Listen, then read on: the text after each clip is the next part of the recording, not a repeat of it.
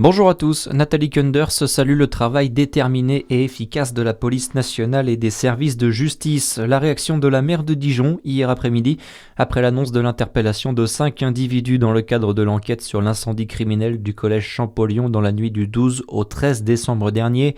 Les individus ont été placés en garde à vue pour être auditionnés. Il s'agit de 4 hommes mineurs de 15 à 17 ans et d'une femme de 27 ans. On vous en parlait hier, fini les produits sud-américains dans les cantines des collèges de Côte-d'Or.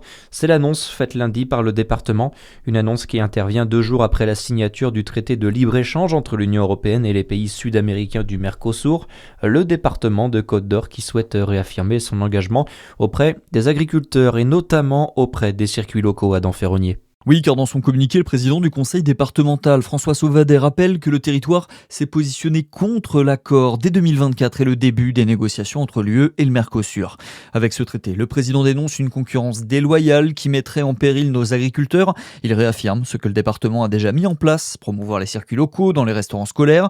En 2025, 370 000 repas 100% Côte d'Or ont été servis aux collégiens.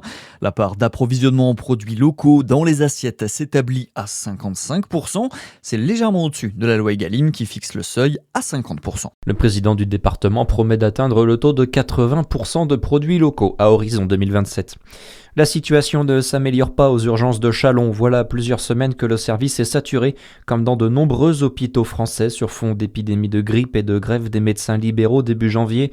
Dans la nuit de lundi à mardi, une dizaine de patients ont dormi aux urgences en attente d'une hospitalisation. Le service tourne à environ une centaine de patients chaque jour depuis le début de l'année. Une réunion est prévue aujourd'hui au sein de l'hôpital pour tenter d'apporter de nouvelles solutions. Une plateforme d'écoute dédiée aux seniors isolés. Elle est testée sur le bassin de Lons-le-Saunier par le bailleur social Maison pour tous. La plateforme vient d'être créée pour une période test de 6 mois. Les 270 locataires concernés sur le territoire de l'agence de Lons-le-Saunier vont pouvoir en bénéficier. Ceux-ci vont recevoir la visite de médiateurs pour leur expliquer la marche à suivre. Dans le reste de l'actualité, la tension monte encore d'un cran sur la question du Groenland. La France demande un exercice de l'OTAN sur le territoire arctique et se dit prête à y contribuer. Une annonce ce matin du palais de l'Élysée. Hier, Donald Trump a réitéré sa volonté de s'emparer du Groenland. Et puis les sports, avec du rugby. Quel groupe pour le 15 de France pour le tournoi des 6 nations? Le sélectionneur des Bleus, Fabien Galtier, dévoilera aujourd'hui par communiqué la liste des 42 joueurs retenus pour préparer la compétition.